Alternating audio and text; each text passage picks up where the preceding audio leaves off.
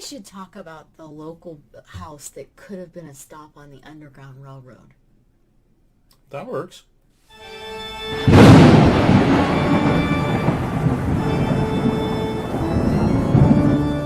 Hello there, Parapeeps, and welcome to another episode of Our Haunted Travels. I am your host, Sean Donnelly. I'm your co-host, Marianne Donnelly.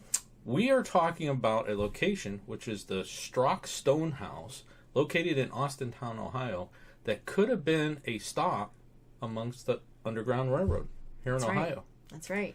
This is a location that is local to us. I think it's about time we start getting some of the local locations done.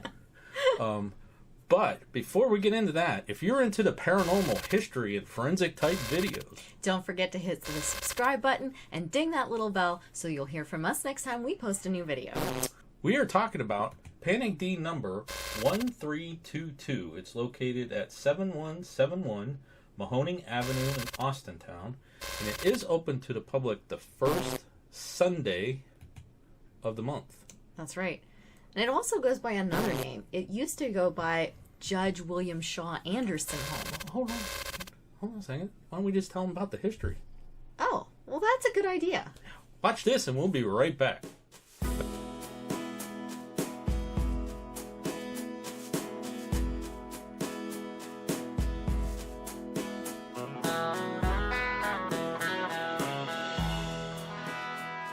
The Strock Stone House, previously known as the Judge William Shaw Anderson House, is located in Austintown, Ohio on Great Lot 8, Township 2, Range 3 of the Western Reserve.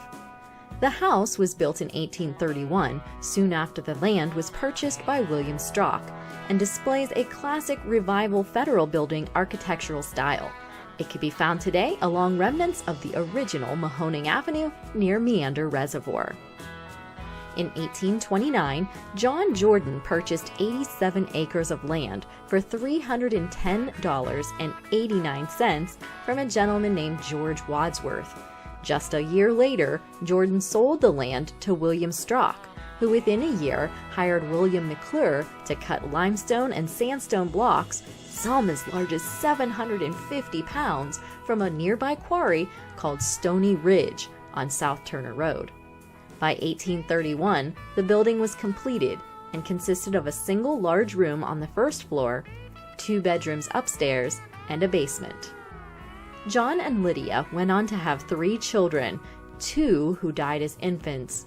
Their only surviving child was David, who was born in 1832. In 1851, John and Lydia Strock sold the house and accompanying 108 acres to Francis Henry. Henry and his wife Mary and their 4 children resided in the house until 1862. In the 1850s, the Stone House reportedly served as a way station for the Underground Railroad. Now, this is difficult to verify because, well, these were secret locations, and you didn't advertise or document this. But there does seem to be some evidence that appears to support their claim. Austintown was listed as part of a path of the Underground Railroad. Also, William Strock's brother, John Henry Strock, was described as being one of the first abolitionists in Mahoning County, and Francis Henry, well, he appeared on William Siebert's 1898 list of known Underground Railroad operators in Mahoning County. There are also unpublished documents like The History of Meander that include statements indicating that slaves were hidden in a tunnel that connected a basement with the barn. In any case, in 1862, the Henrys then sold the house and property to a gentleman named David Anderson. Anderson and his wife Hannah had 4 children. On an 1870 census, David Anderson is listed as the wealthiest man in Austintown Township, with a real estate value of $42,000 and a personal estate value of $24,570. In 1879, his wife Hannah died of an accidental fall, and the house then fell into disrepair. There are even reports that David moved out of the house and used the stone house for an animal shelter. In 1890, David's oldest son, Judge William Shaw Anderson, acquired the property and used it as a summer home. William and his wife Louise Shields Anderson had 4 children. Between 1912 and 1918, William restored the house and added on to it. The addition would include a sun porch, a dining room, a dinette, 3 bedrooms and a bath on the 2nd floor, and a large cellar, and added a central heating system. William Anderson is said to have even entertained President William McKinley at the house, who just happened to be from the area. Anderson's children, Randall and Blanche Anderson, would then acquire the house upon their father's death in 1925.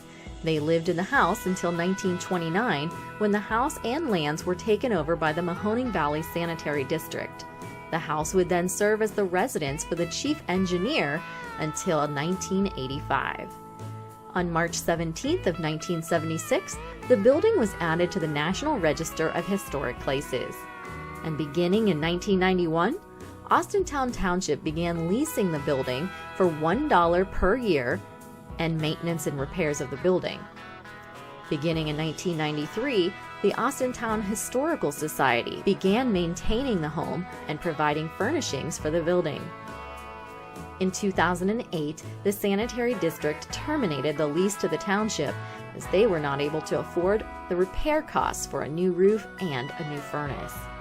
The Historical Society, however, still furnishes the building and runs free guided tours of the house and grounds on the first Sunday of every month, and several events in the building with the help of the sanitary district.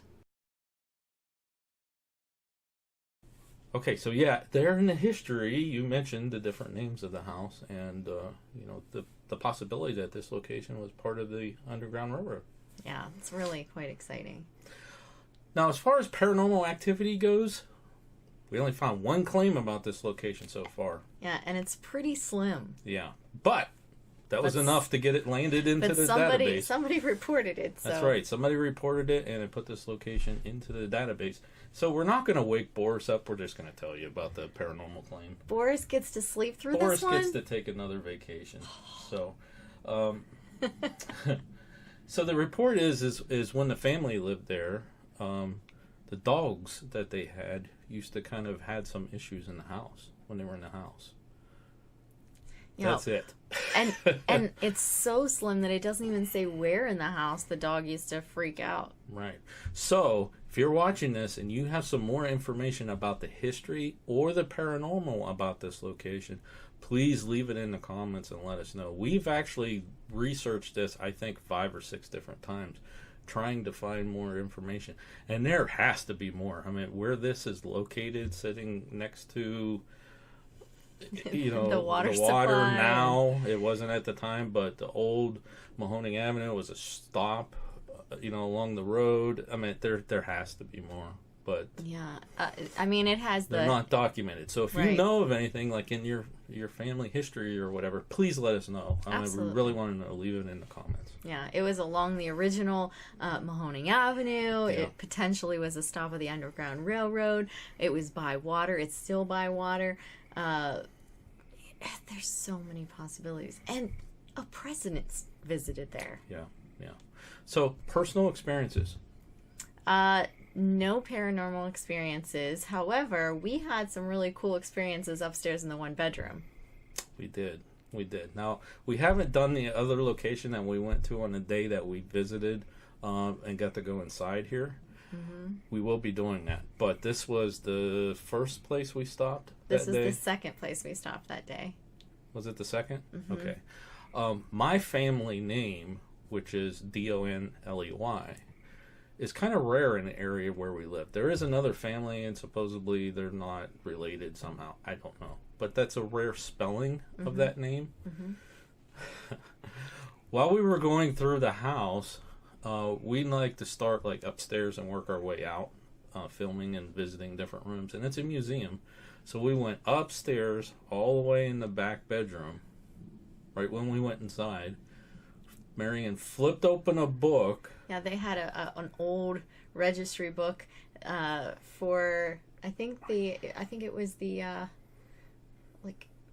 store or something. I think it was like a record of the store. Yeah. And right on that page, I looked right down, and there was a record for somebody named Donley, Donley. Yeah. Yeah. I just literally flipped right to that page. I'll put a picture to that because, of course, we got pictures of it. So that was kind of interesting that just out of the blue, and then to see the spelling of the name exactly like her last name. That was kind of interesting. I just think it's cool. Well, I mean, it wasn't It paranormal. It was just page. Strange. We went right to it. Like we were supposed to be there and see that. Yeah. Yeah. It was pretty interesting. What's the chances? So I really liked it. I mean, it's open the first Sunday of the month. You can actually go and tour, and they'll tell you about the house, and you can walk through the house and see some of the other, which is another reason why there could be some stuff. It's a museum, so there's antique artifacts that's throughout the house. Mm-hmm.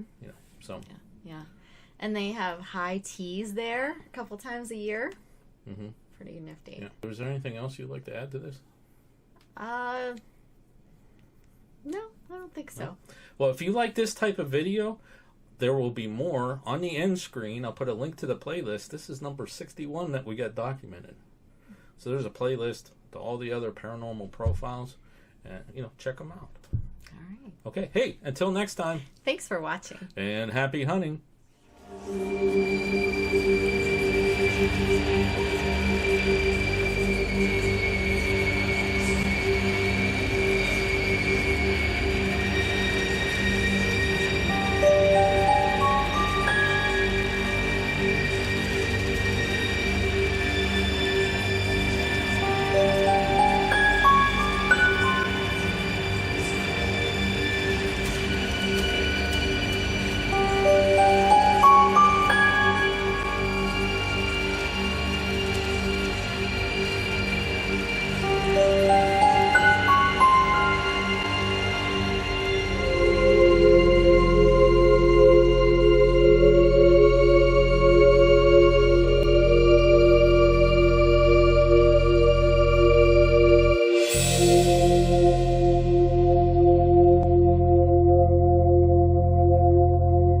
Let us know if you like this video by hitting that thumbs up. Also, if you'd like to see more videos from us in the future, support our channel by hitting that subscribe button and dinging that bell so you get notified the next time there's a video from Panic D Videos. Thanks for watching. Happy hunting.